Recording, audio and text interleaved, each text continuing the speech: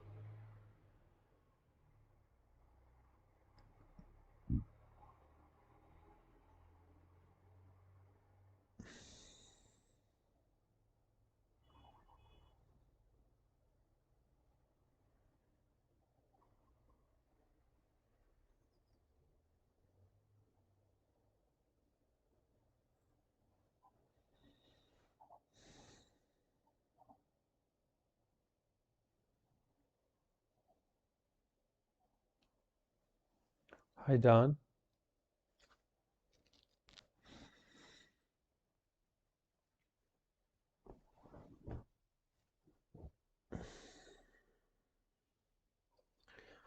Hello, Fabian and Francie. Hi. Faraj and Riley, welcome.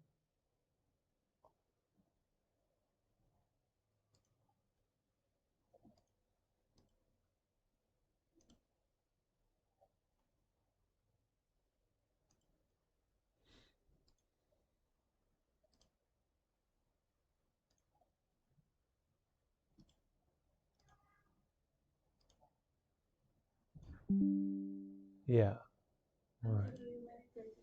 We will be inside today. Okay, enjoy.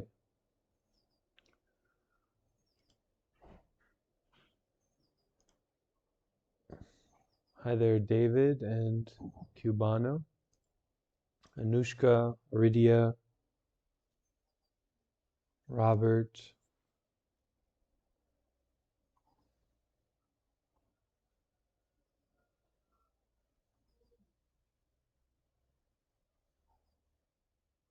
and Christine. Hello there.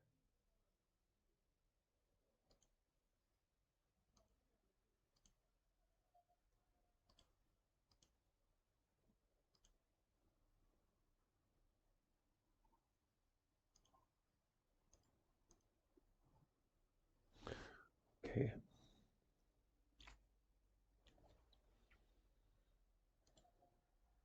Hi there, David.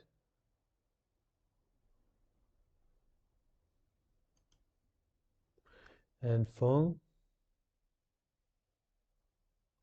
And What of and Jay on YouTube. Will there be a session at 2 p.m. EST? There certainly will. Hopefully. Actually, we're picking up a nun who's coming to live at the center at the airport, so it might be more like 2:30 p.m. EST today, but it will be around that time.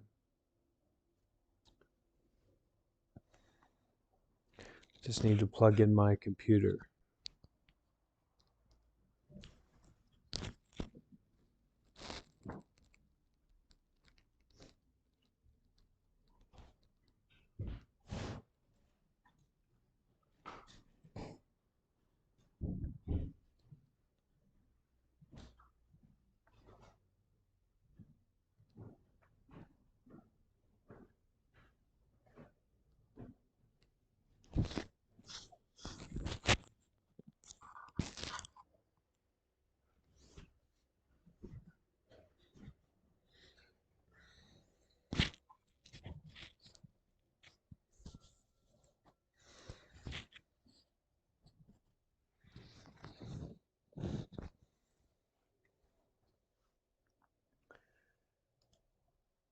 Good morning, Jaden and Beep Beep and Cliff. Hello.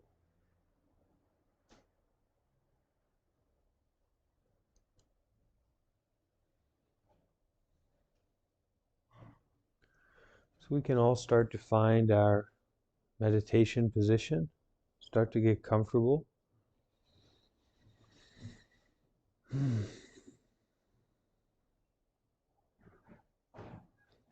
We can begin to become aware of our inner goodness.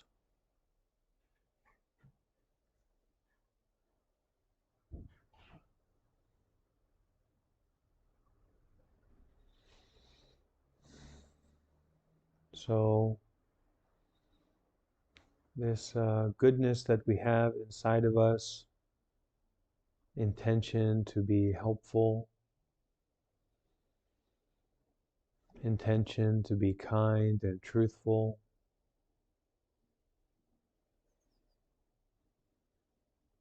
we can start to connect with that inside of us. Start to feel goodness inside of us.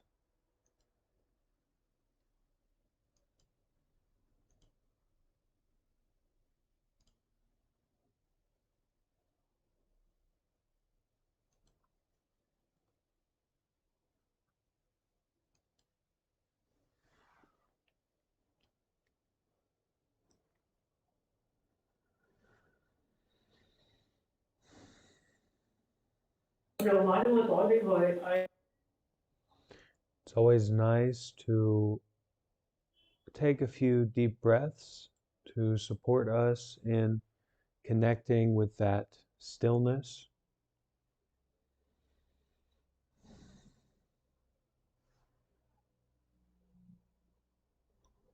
Allowing the body to get settled, get calm.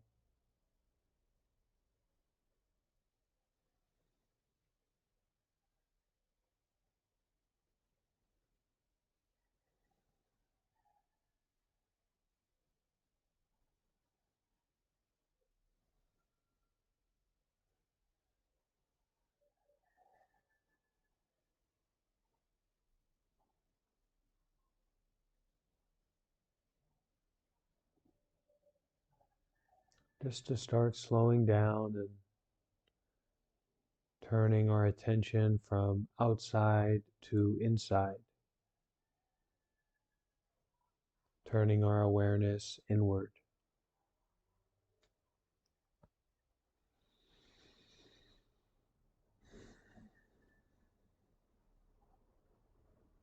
Feeling the breath in the body.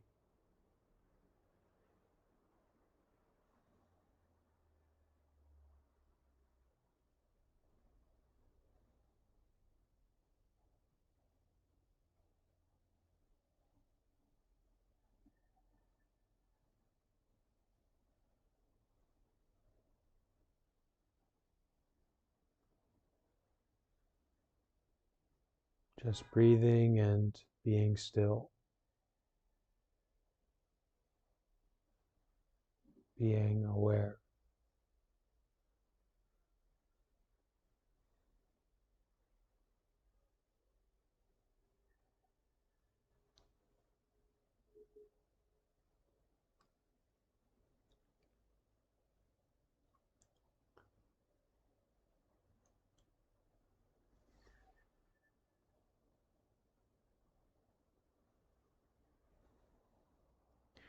So to begin our practice today, we will invite the bell 3 times, listening to the sound of the bell, stepping into our personal meditation practice, connecting with that recognition of goodness, of wholesomeness inside of ourselves.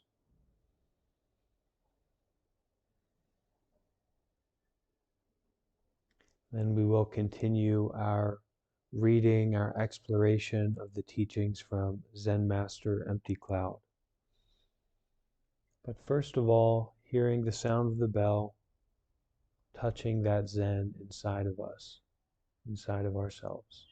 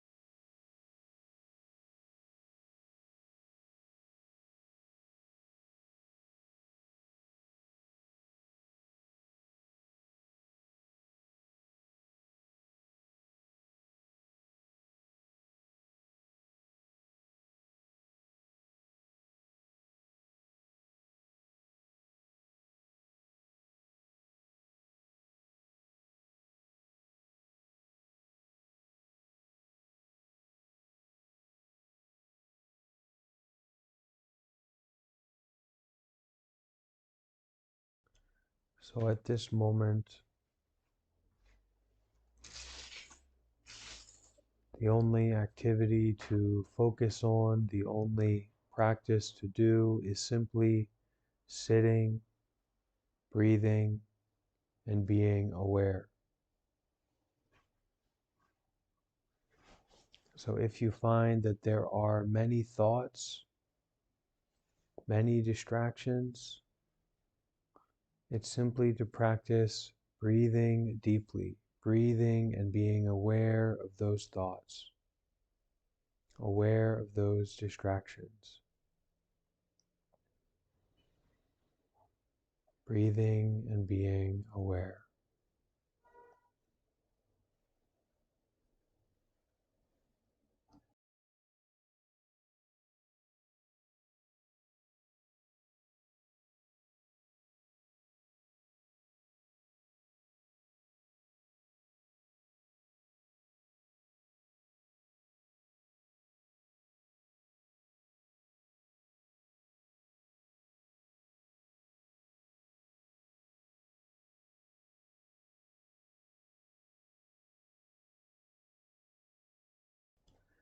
We're not going towards any particular goal.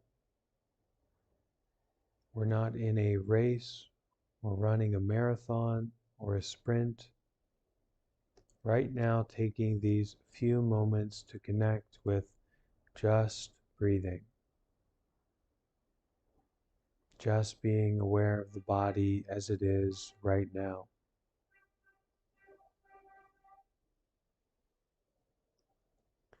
Whatever distractions, whatever noises or feelings come up, just breathing and being aware of them. It's a moment to stop and connect, continuously to stop and connect. Just breathing,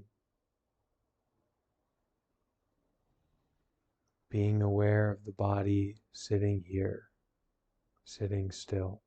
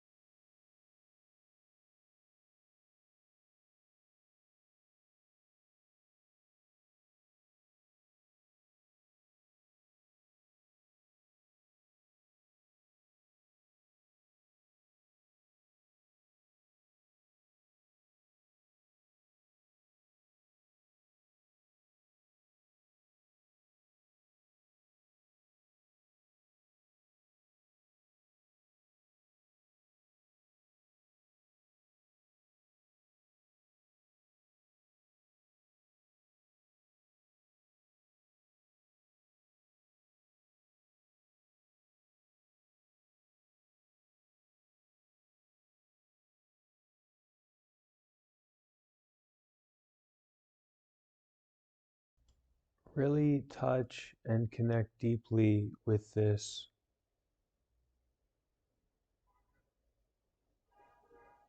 enjoyable quality of stillness, enjoyable quality of just breathing.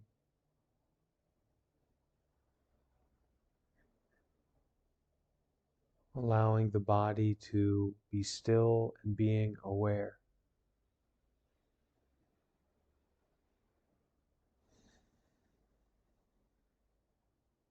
And also noticing that there's an aliveness, a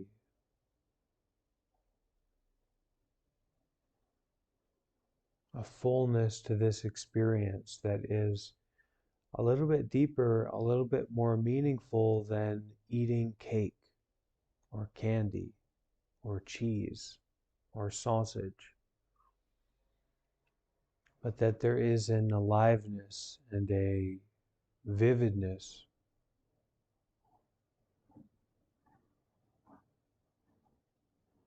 to the body being still, breathing and being aware of the body. There's a goodness to it, a wholesomeness to it.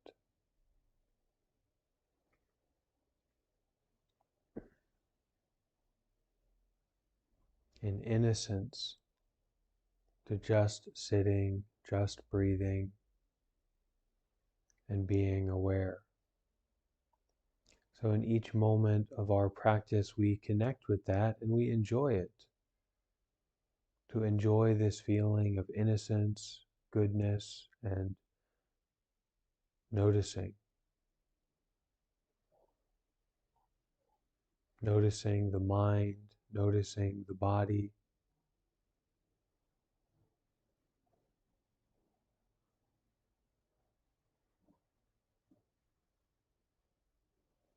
Sitting, breathing, being aware.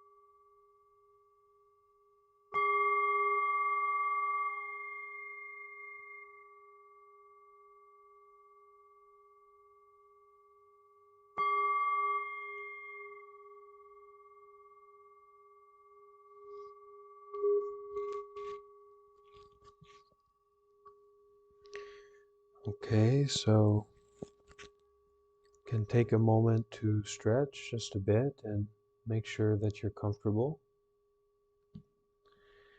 We are going to continue our reading from the teachings of Zen Master Empty Cloud, a modern day Chinese Zen master from China. He's since passed away, but he was alive for a very long time, over 100 years he lived, and some estimates or some people say that he lived to be 121, and some say that he lived to be about 105 or 106, but a long life for sure, especially in his time period, and around 100 years as a monk. So within Buddhism, one of the ways that the hierarchy, or that monks are kind of placed in a position of authority, is how long have they been a monk? How long have they ordained and been in the Sangha and been following the precepts? So to be a monk for um, almost 100 years is something that's very, very special within Buddhism. So we've been reading from kind of a little verse before we get into the book, and this time I think we'll take that little verse from um, this compilation of Zen teachings rather than the original Buddhist teachings. So this is on movement and stillness. Then we'll continue reading the book on the teachings from Zen Master Empty Cloud. And here I will replace the word Zen with meditation, so it'll be a little bit more understandable. If you try to grasp meditation in movement, it goes into stillness. If you try to grasp meditation in stillness, it goes into movement. It is like a fish hidden in a spring, drumming up waves and dancing independently. Movement and stillness are two states. The meditation master, who does not depend on anything, makes deliberate use of both movement and stillness. So what does that mean? It means, what I think it means, is that we practice meditation with movement. We practice meditation with stillness. We practice meditation when we feel the body being uncomfortable. We practice meditation when we feel states of mind that we don't want, or ones that we do want. We practice this meditative awareness. We stay with it. We don't try to grasp meditation as being stillness, or grasp meditation as being a certain kind of movement, a certain kind of pleasurable stimulation. But whatever we're experiencing at this moment, we practice with it. We make use of how the body feels right now, how the mind feels right now, to settle, to be, to continuously notice and be aware.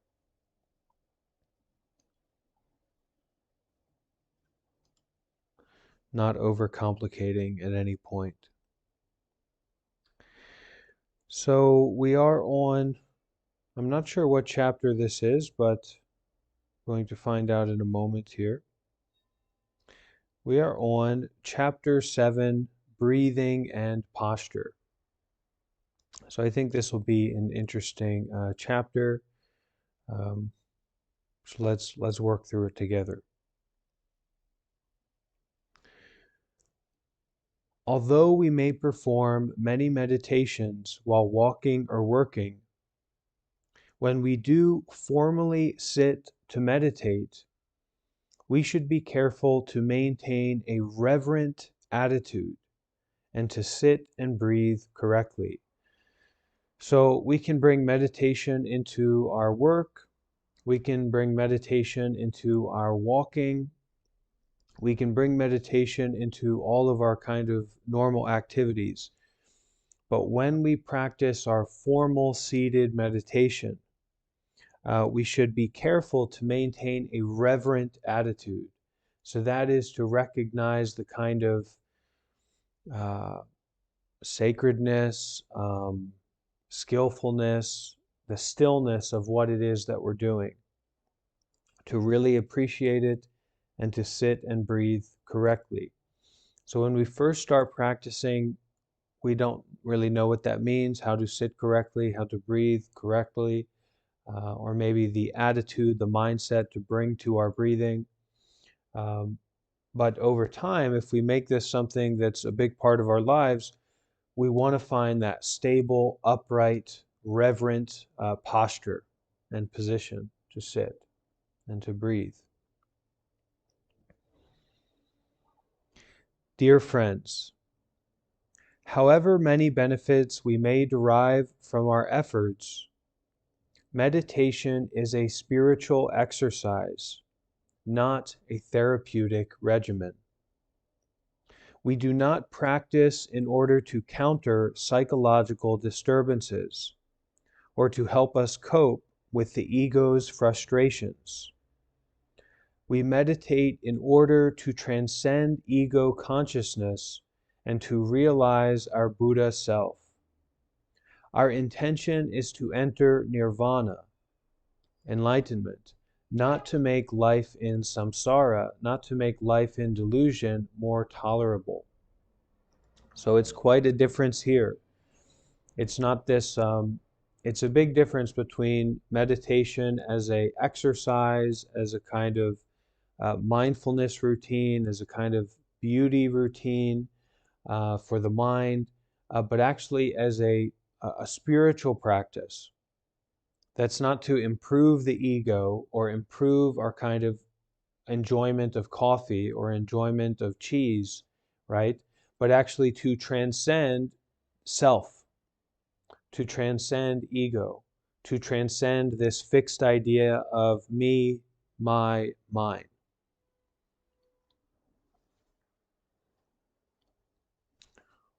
To realize our Buddha self, our Buddha nature, our enlightened self, or our non-self. This instruction can be confusing, I know. And this will apply to many of the things that I read, especially in the Zen kind of environment. This can be confusing. But actually there's something liberating, there's something enlightening about knowing that you do not know. To be in a state, it's another Zen saying, to be in a state of not knowing is the most intimate state, the most direct state, the most alive state. I don't know what is happening. So continue reading here. This instruction can be confusing, I know. Many people think that they are meditating when they achieve a peaceful and quiet state. They look forward to practicing because they enjoy the hour or so of peace and quiet it gives them. But quietism is not meditation. So these peaceful or quiet states that we might experience in our practice, in our meditation, is not meditation. Corralling a wild horse doesn't make him tame or responsive to the reins. He may rest for a while and look tranquil. He may even begin to graze. But when the gate is opened, he will escape, as wild as he ever was.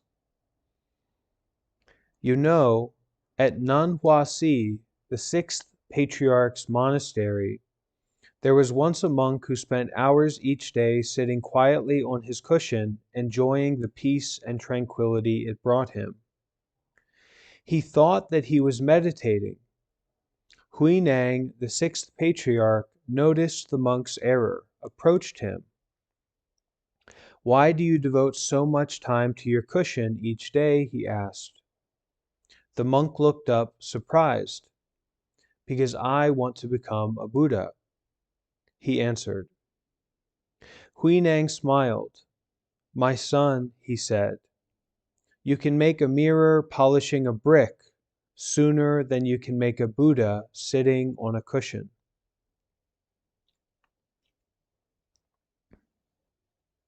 We should always remember this exchange between a great master and an erroring monk.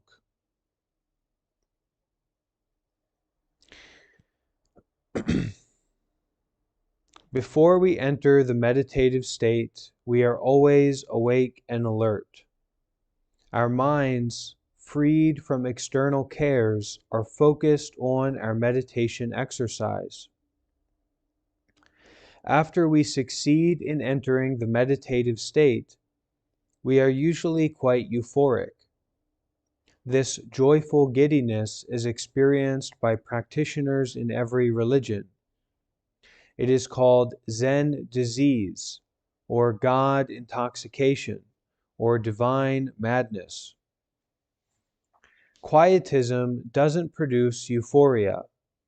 It produces a zombie-like dullness that has nothing to do with Zen Buddhism or any other religion, except perhaps voodoo. We should never begin a meditation exercise if we are excited or agitated. The mind and body must come to a relaxed state. If we are angry, introspection and an application of Buddhist principles, particularly of forgiveness and acceptance, may help us to regain our composure. But if our distress persists, we should pray for guidance or seek counsel in order to resolve our problems before sitting down to meditate. So I often talk about this when I say, the heat of an existential crisis or a panic attack is not the time to say, oh, I better meditate. We have to calm, relax, bring a sense of rest to the struggling mind before we practice. And application of Buddhist principles, forgiveness, acceptance can be helpful. And then also what can be helpful is to, for many people, to pray for guidance. So, there's this question for, especially for Western people, well, I watch YouTube, I watch TikTok, I don't believe in gods, I don't believe in anything besides my smartphone and the stuff that I buy with my money. That's what I believe in. But for a Buddhist person, there is no self, there is no you. There's especially no real you.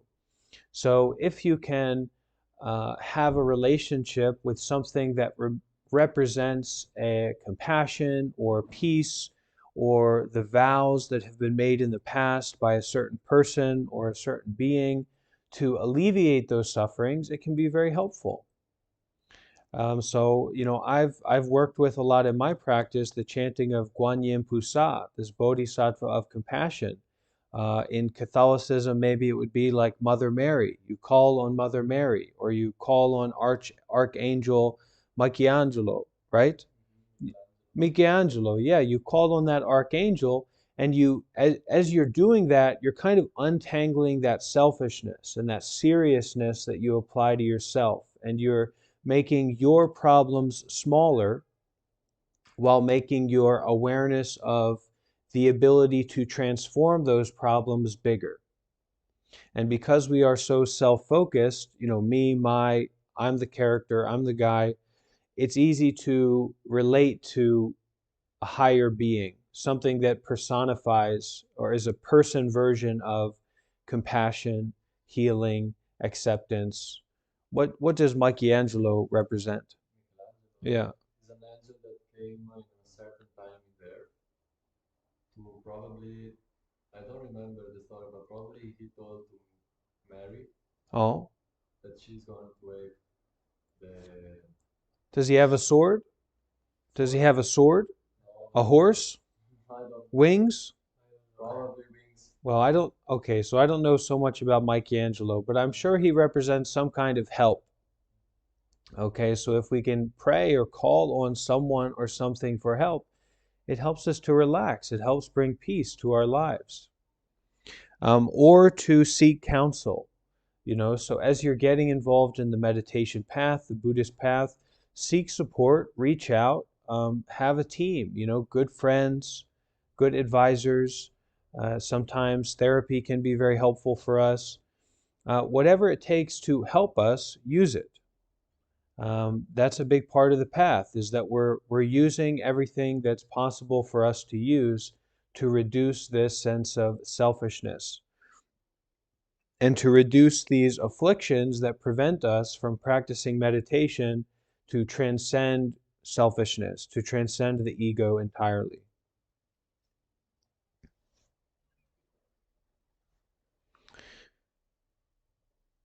Does anyone have a question or something about that? About what we just read through?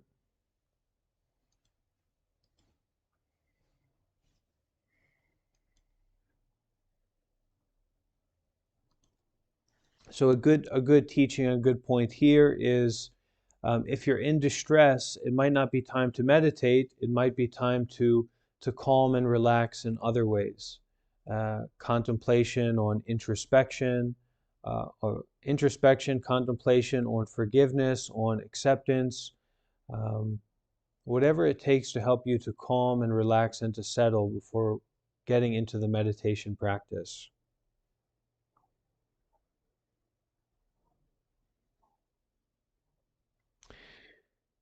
If our agitation is merely a temporary condition, okay, so Sila is typing something, and I see Viraj type something as well. So Viraj said, when trying to do meditation while sitting up, I feel like the position that is most comfortable, or should I say the position of zero effort, is to sit on my spine, which curves. To keep my spine straight feels hard and unnatural. Is this something that is normal and will change with time by itself? Or am I supposed to really put pressure on my spine to keep it straight all throughout my session? So each time that we sit, to sit upright and to sit with our back being straight, each time that's different. Each time that's unique. But we do want to emphasize sitting upright. So our shoulders are back, our spine is somewhat straight. We use a cushion on the butt, is very important to sit on a cushion so that the pelvis is forward and we can easily sit upright with our back straight. But each time sitting upright is going to be something a little bit different. But I think it's also something to train because then you can feel the muscles between the spines that they are working. Yeah, Each time getting better. yeah, you can get better each time if you practice it. So Aridia, did you want to say something? You had a question? Am I audible, sir? Yeah, Sir, I don't believe in any god or any religion.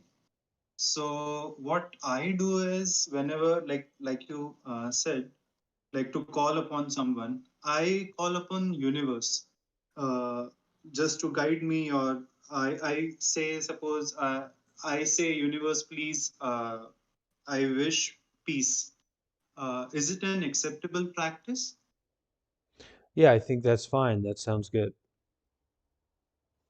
Also, I had one more question. While meditating, I go into a dreamlike space and I lose touch of myself. As in, I tend to float instead of being rooted to one place. Uh, I tend to float. How do I like overcome this?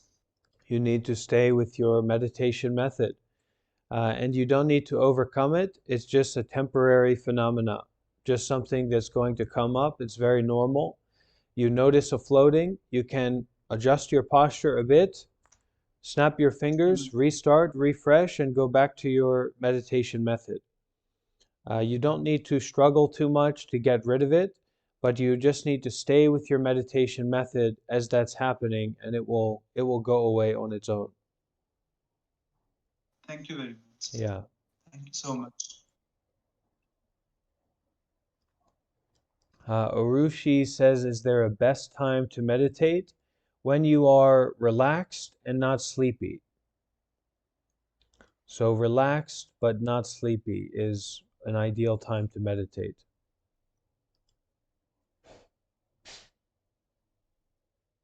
And maybe Fabian has a question here. Fabian says, can I call on the Buddha as you called on Bodhisattva for help or guidance? Feels odd because they are no gods, or, yeah, you can call on the Buddha. Sounds just fine. And it's more of an exercise to help us reduce our selfishness. I wouldn't expect the Buddha to come and give you a back massage if your back is hurting.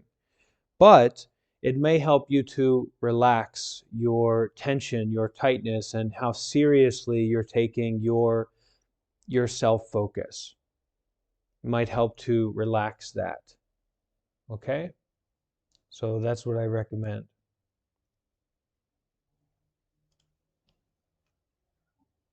So let's keep reading here.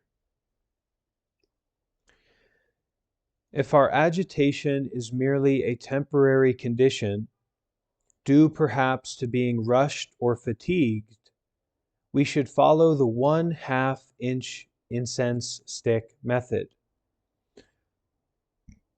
We simply sit quietly and watch an incense stick burn down for 1/2 inch. If by that time our composure has not been restored, we should end the meditation session. We can always try again later. Likewise, our breathing must be gentle and rhythmical. Occasionally, while we are practicing meditation, thoughts may arise which disturb us, or we may gasp for air because we have incorrectly performed a breathing technique. Again, we should follow the 1/2-inch incense stick method and allow our mind and breath to settle down before resuming our practice. So sometimes, maybe because we're in an agitated state, or we're overly tired, or we have a certain kind of difficulty going on, it's not the time to meditate. And meditating will be forcing ourselves into a kind of struggle. And we don't want to do that. So you can listen to a Dharma talk at that time.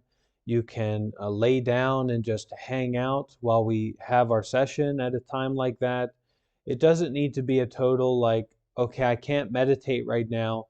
I need to get TikTok open as soon as possible. That's not what he's saying here. Or I need to open up YouTube. I need to go and watch a movie or something. That's not what he's saying. But that we don't want our meditation to be this fight or this struggle to concentrate or to get it right or to relax. It's just like trying to go to sleep. You can't fight yourself to go to sleep. You can't struggle to go to sleep. Then it makes it all the more difficult to relax and to rest. So breathing to be gentle and also to have a rhythm. So allow our breath to find a natural rhythm.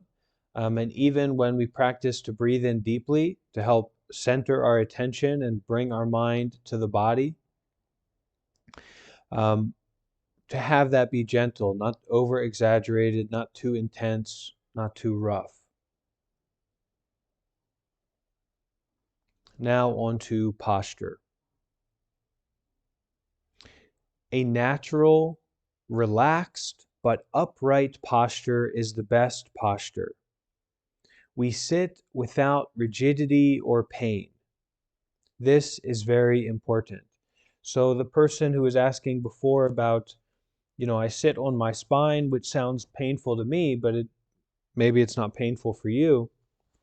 The best meditation posture is upright.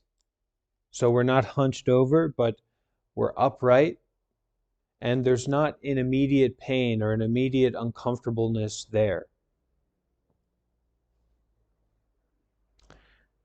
Or too much rigidity either. We don't want to kind of put ourselves in a pickle jar and we're kind of, rigid and upright. That's also problematic.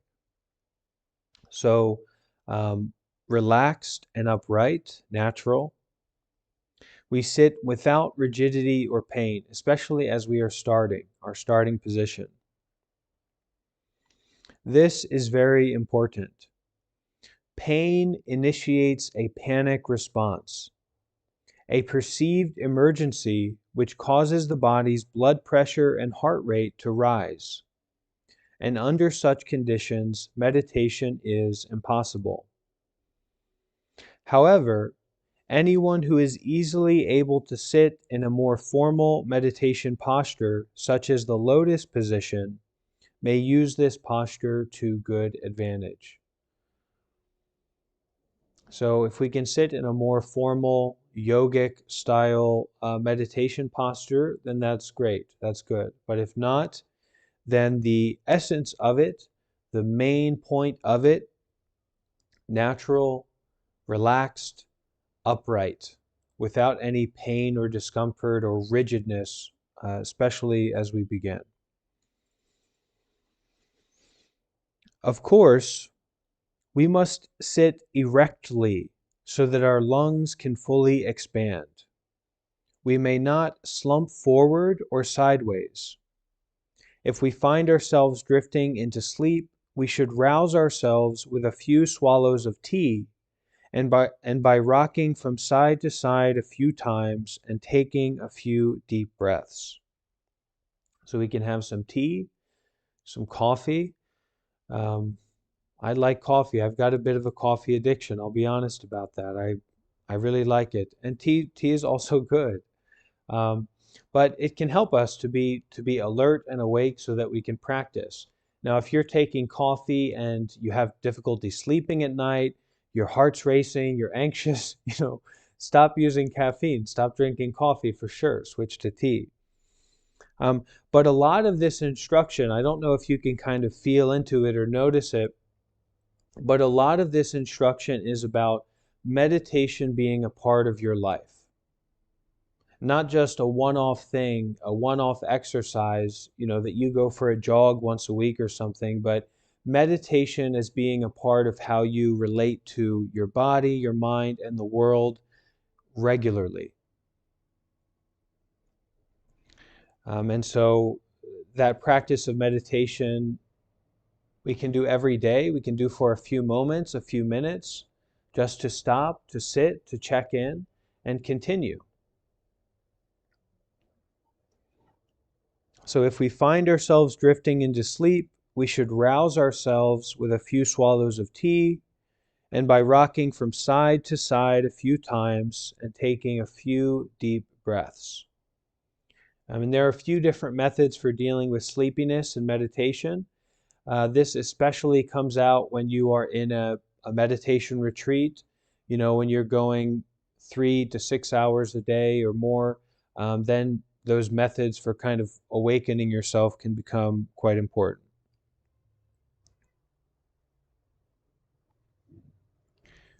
Failure to control body, mind, and breath may result in small harms,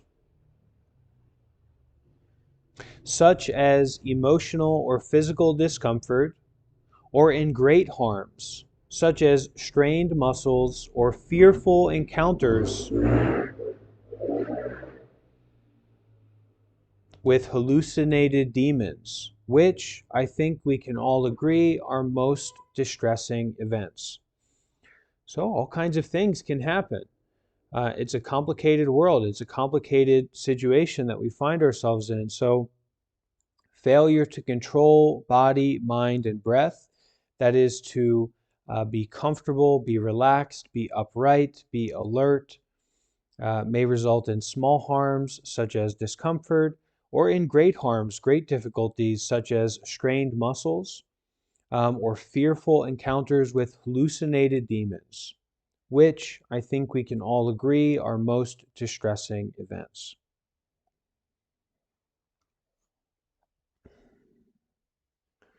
Anyone have something to share about this, comment or question?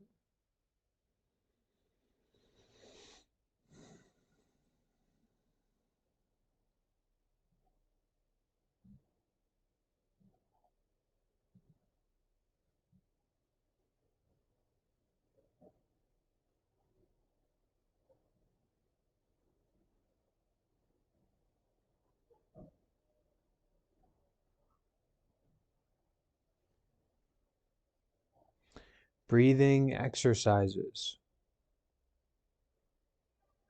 Before beginning any formal meditation technique, it is absolutely necessary to gain control of the breath. There are two basic approaches to breath control: unstructured and structured. In both methods, the lungs are compared to a bellows. When we wish to fill a bellows with air, we pull the handles apart. You know a bellows? For the fire. When we wish to fill a bellows with air, we pull the handles apart. In like manner, when we desire to inflate the chest, we begin by extending the abdomen, pushing it outward, away from the spine, as though we were pulling apart the handles of a bellows. When we exhale, we first let the air seep out and then slowly contract the abdomen, squeezing the remaining air out of the lungs as if we were closing the bellows. Always our aim should be to make our breathing so fine and unstrained that if someone were to place an ostrich plume in front of our nose, we would not ruffle it when breathing in or out.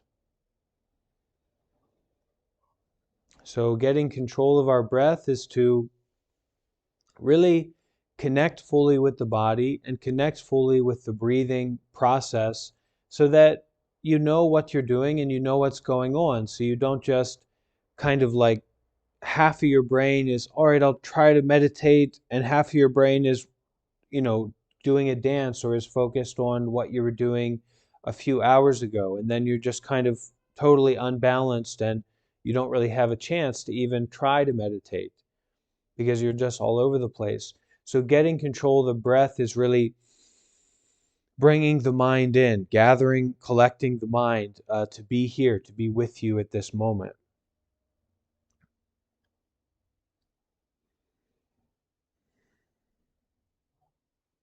And the point in getting control of our breathing is for it to be as unstrained, as open and refined, natural, flowing as possible. In unstructured breathing, we lower our gaze and simply follow the breath, counting 10 successive breaths. If we lose count, we simply start again. When we complete 10 counts or breath cycles, we simply start a new 10 count.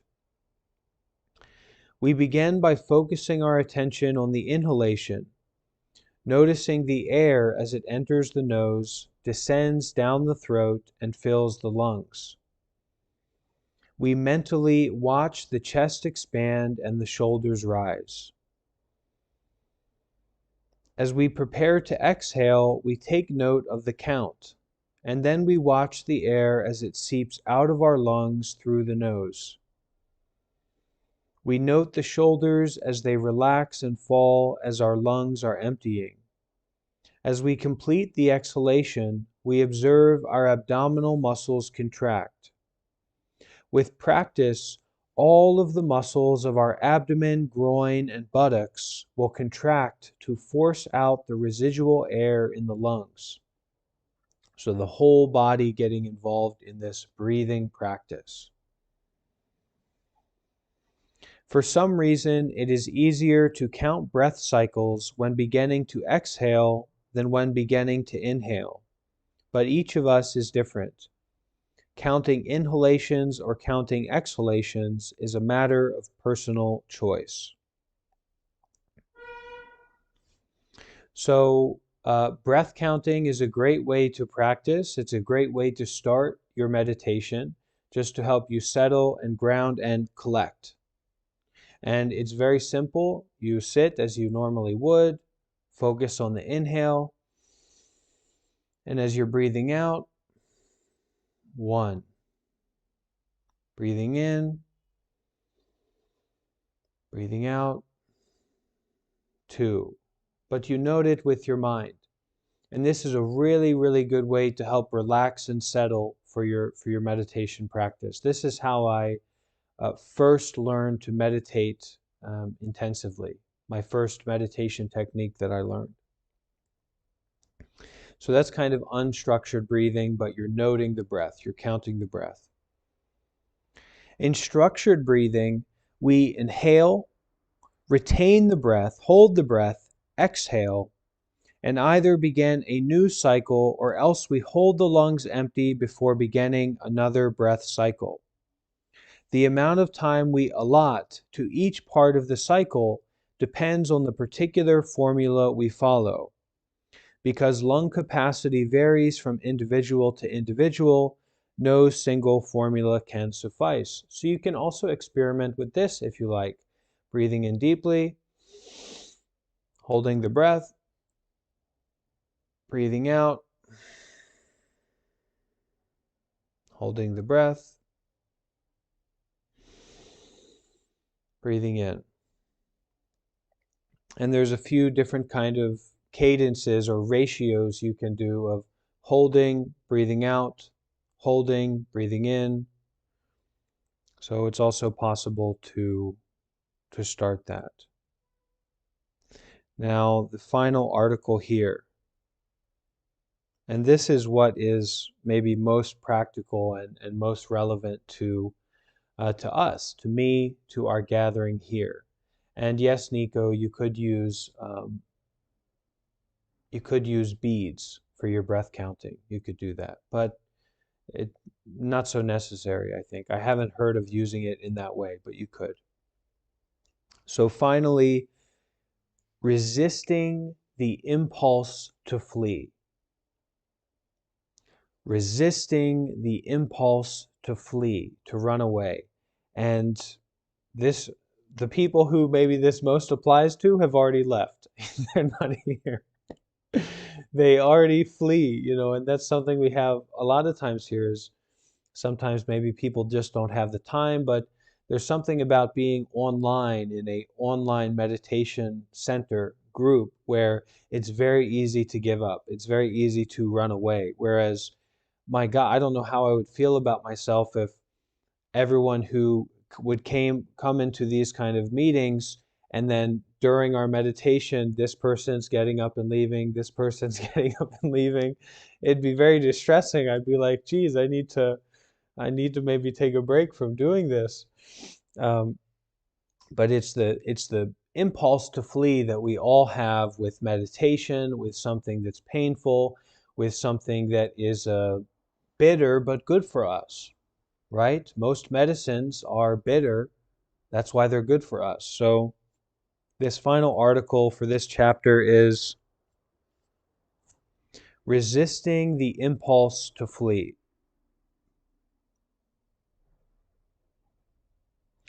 For a reason no one has yet been able to determine, we often find that when we sit down to meditate, our cushion turns into an anthill. Anthill. Ants live together. They make a nest in anthill. Anthill. Meditation beginners most frequently experience this mysterious cushion transformation, but sooner or later it happens to us all. We begin to squirm, and the only thing we can think about is getting away from that itchy place. When we first sit down, we are full of good intentions. We plan to meditate for the full period. But then, after a few minutes, we discover that we are sitting on an anthill and have to cut our program short. Sometimes there are no ants there, but all of a sudden we remember many important things that we have forgotten to do. Straighten the books on the library shelf. Purchase noodles for tomorrow's dinner. Read yesterday's newspaper.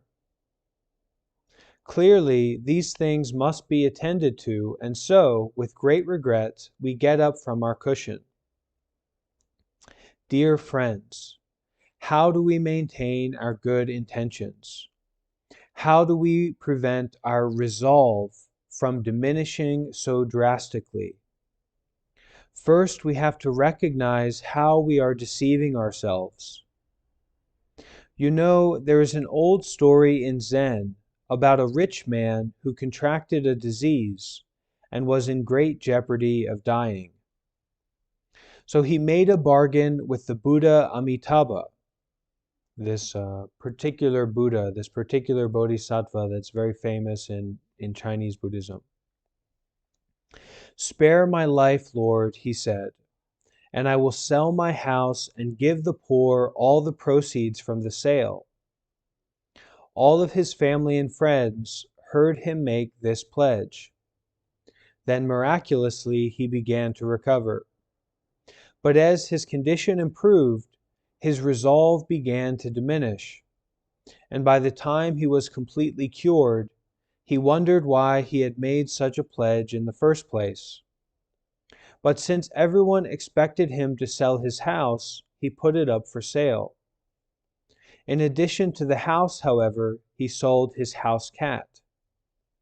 He sold the house and cat for a total of 10,001 gold coins. But a promise is a promise, and so he gave 1 gold coin to the poor. That was what he sold the house for. The cat, you see, was a very valuable cat. When we don't want to do something, trivial things become very important. A house cat is worth 10,000 times as much as a house. We should all remember this man whenever we get the urge to jump up from our cushion. We should all remember him whenever we suddenly decide to cut short our program. But if we do not excuse ourselves from performing our practice, neither should we remain on our cushion because of a sense of duty. Sometimes people act as if they are making a great sacrifice when they perform their meditation practice. I'll do it and get it over with, they think. But this is not the proper attitude. The time we spend in meditation should be the most beautiful time of our day. We must cherish this time. Dear friends, be grateful for the Buddha Dharma, that is, these teachings. Be grateful for the 3 treasures, that is, the Buddha, the Dharma, and the Sangha. We can say meditation, teachings, and community. Never forget that the eternal refuge that exists for all is in the Buddha, the Dharma, and the Sangha. Be thankful for the lamp that leads us out of the darkness and into the light.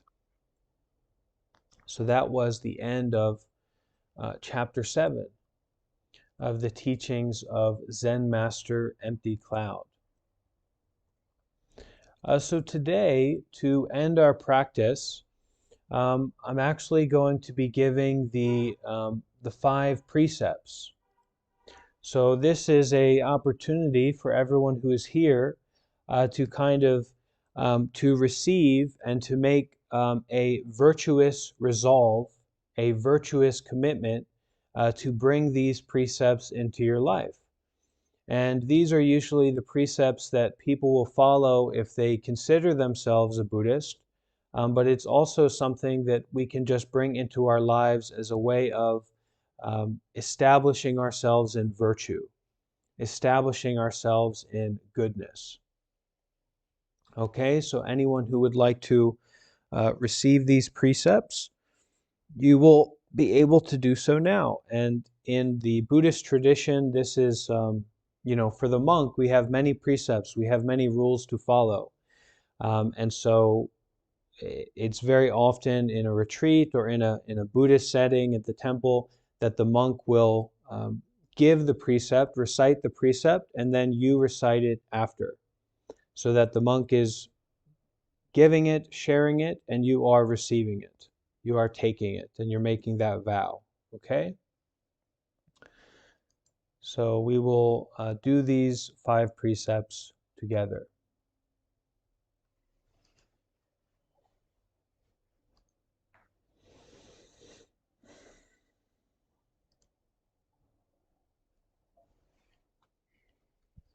So we can all bring our hands together if you're comfortable to do that, a show of sincerity. And I will say it, and then you say it on your own, okay?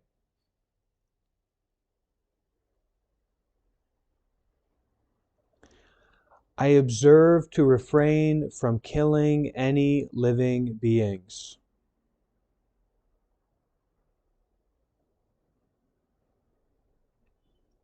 I observe to refrain from taking what is not given.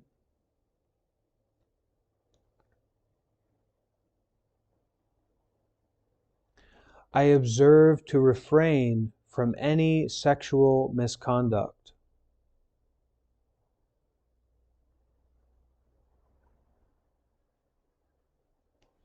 I observe to refrain from telling any lies or using any harsh speech.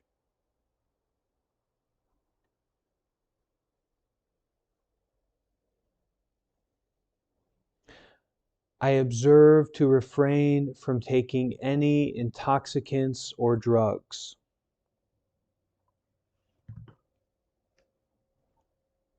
I vow to follow these 5 precepts.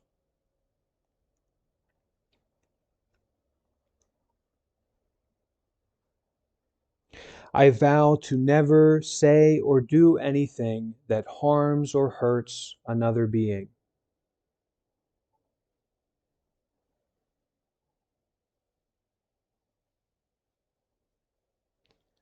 I vow to never say or do anything that harms myself.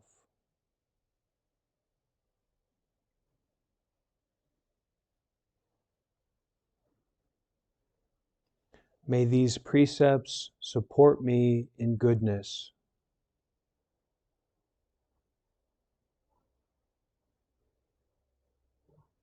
May these precepts support me in well-being.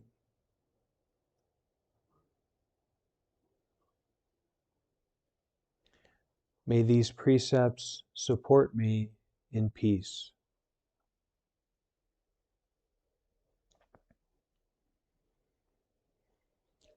So in closing, we can all say sadhu together. And as we say sadhu, we planting those precepts, we planting those intentions deep in our heart. We chant this together. Sadhu 3 times. Sadhu.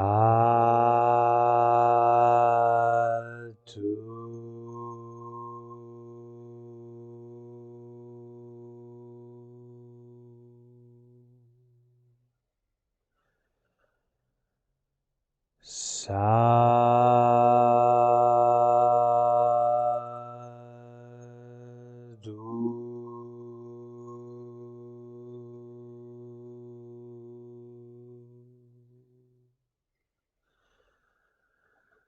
Sadhu.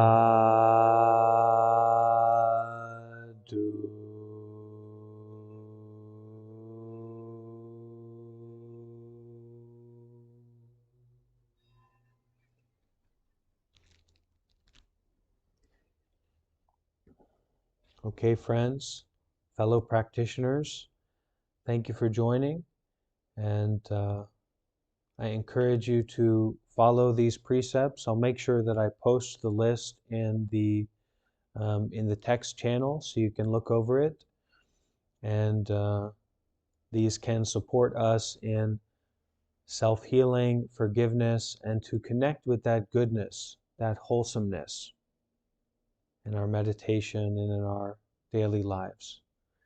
Okay, thank you for being here and your continued practice. See you again soon. Thank you, Bante.